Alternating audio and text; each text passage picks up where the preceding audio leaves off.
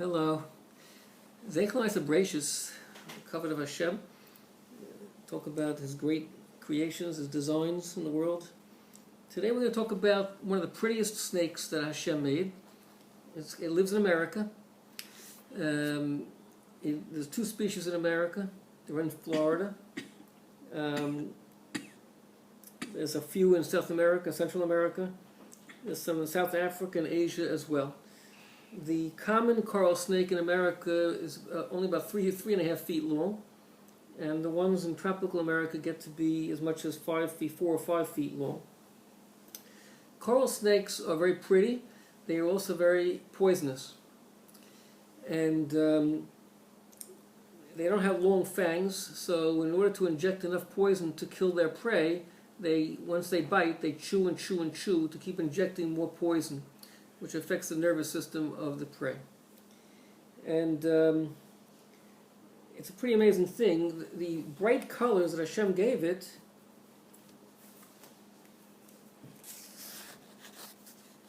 is actually a warning. The other animals, the predators, are afraid of them. They see those colors, and that's a warning to them that this is a dangerous animal, and they stay away from it. Hashem put that instinct into those predators because once they get bitten by, they can't learn a lesson, because once they get bitten, they're dead already. So that means Hashem put this amazing instinct into other animals to stay away from this snake because of these bright colors. Now these bright colors, very pretty colors, is a warning to predators that Hashem gave to other creatures also. Hashem gave bumblebees these bright orange and black colors, and even the skunks and badgers, they have very bright contrasting black and white stripes, which is also a warning to other animals that they're dangerous animals in their own way. But the most amazing thing of all is that in the places where they live, Hashem gave other snakes similar type of coloring in their bodies, and these snakes are not poisonous. And yet, they benefit greatly from this instinct that Hashem gave predators to stay away from the coral snakes. When they see these other snakes, they stay away from them. This snake below is a mimic of a coral snake. It's called a calico snake. There's one on the bottom.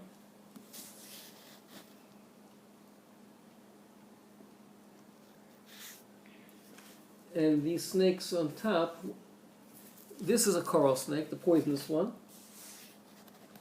But the one next to it is a scarlet snake. Not poisonous. And the one next to that, all the way to this end, is actually a scarlet king snake. And below we have a Amazon scarlet snake.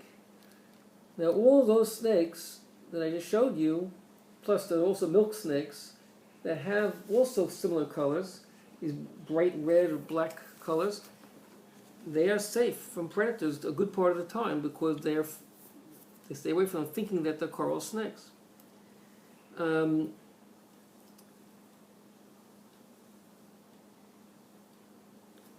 Yes. So what do I want to say? I want to say like this.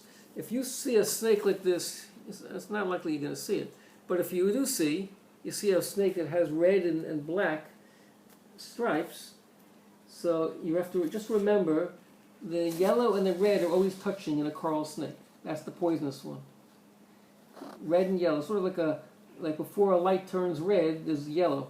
There's a yellow light and then a red light. So that's the siman, that's the poisonous one to stay away from. Red and yellow together. Bubby says stay away from all snakes. Now, much easier. Now the coral snakes their mouth doesn't open that wide, so they eat slender prey like small lizards and insects and smaller snakes. But they also get eaten.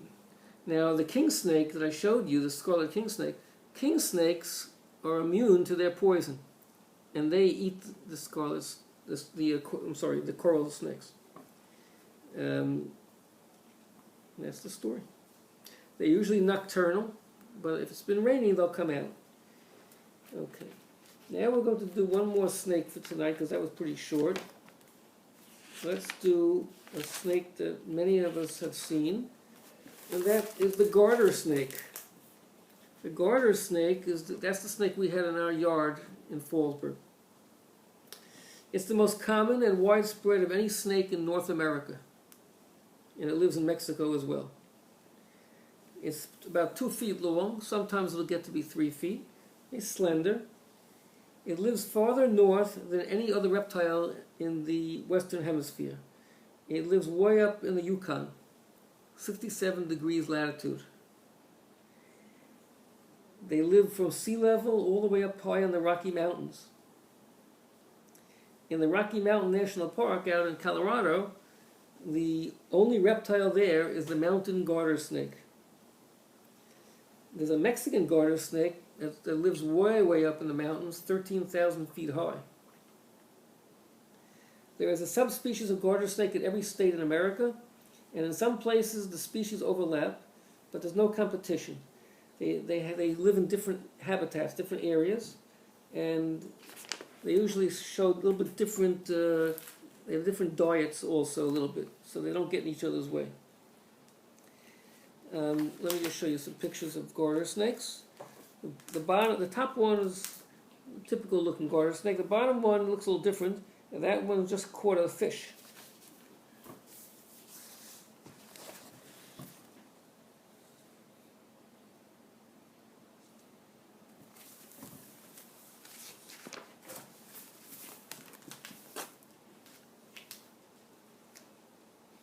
Garter snakes catch a lot of their food in water, and they'll also, young garter snakes feed almost entirely on earthworms.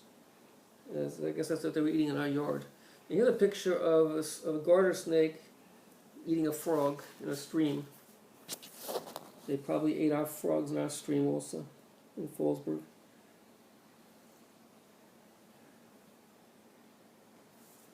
They eat frogs and toads and salamanders, sometimes fish, sometimes birds' eggs. There was one time when I was sitting on the porch and learning, I heard some squawking and stirring and in that bush that we had in the front of our house in Fallsburg, and I suspect there was a bird's nest in there, and that a garter snake had crawled up there and were eating the chicks. That's what it sounded like. It sounded like a whole big tumult over there. Now the defense for a garter snake is their camouflage coloring, which blends in very, very well with the grass and the leaves. They also have another defense mechanism, which Mayor Sholem and I found out when we picked one up together, and that is that they can give out a very, very, very bad smelling fluid from their body, and which they did all over our hands, and it did not smell good, and we did drop the snake right away. Good defense. Now, some snakes lay eggs. Garter snakes do not. They give birth to live young, and each one has a benefit to it. There's an advantage to either way. The ones that have live young, the eggs remain inside the mother until they hatch, and that's protected for them.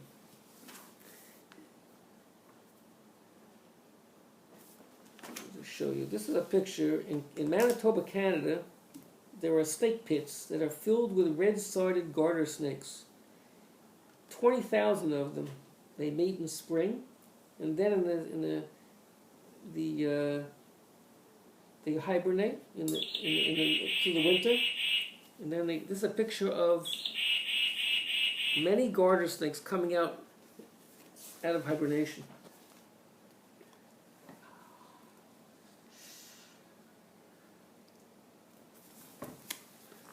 They're not poisonous, they're not harmful to people anyway, unless you hold them in your hand and they piss all over you.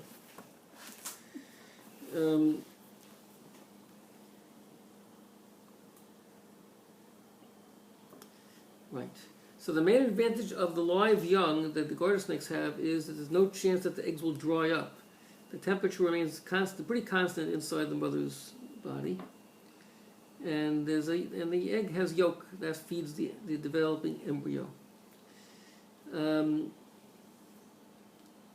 What else? On the other hand, a disadvantage of bearing live young is that the mother is tied up for a longer time. She can't move around as easily, and so it slows her down in hunting for food and in avoiding her enemies. Okay. Now, most snakes that bear live young only have a few, because that lessens the problems of weighing them down. But garter snakes are very unusual. They have as many as 50 to 60 babies inside them that they carry. Another interesting thing about garter snakes is they are the last reptiles to go into winter quarters for hibernation, and they're the first ones out in the spring, as early as early March. What they do is they crawl around underground, and they mass together in large amounts, like I told you before, by the thousands, and they keep each other warmer from freezing during the winter. The males and females look just alike.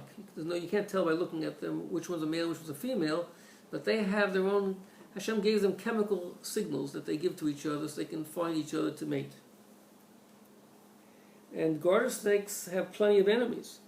There are snake-eating snakes that eat them, and hawks eat them, and owls and skunks. Okay, now I'm going to show you a picture of a garter snake eating a very fat toad. It doesn't look like it's possible that it's going to swallow it. There's 4 pictures. And they're able to open their jaws very wide. Hashem gave them a special hinge arrangement with their jaws. And the jaws work first on one side and then the other. And also it has backward pointing teeth that hold the toad in so it can't get out. Now they usually eat their prey head first, but this one he didn't. He swallowed them from behind. A meal this size will take days to digest. And it digests the whole thing, bones and everything.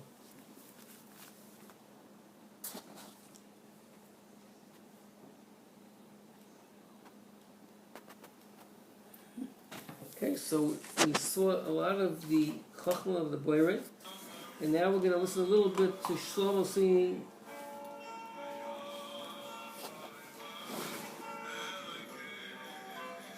because this week is Shabbos Nachamu.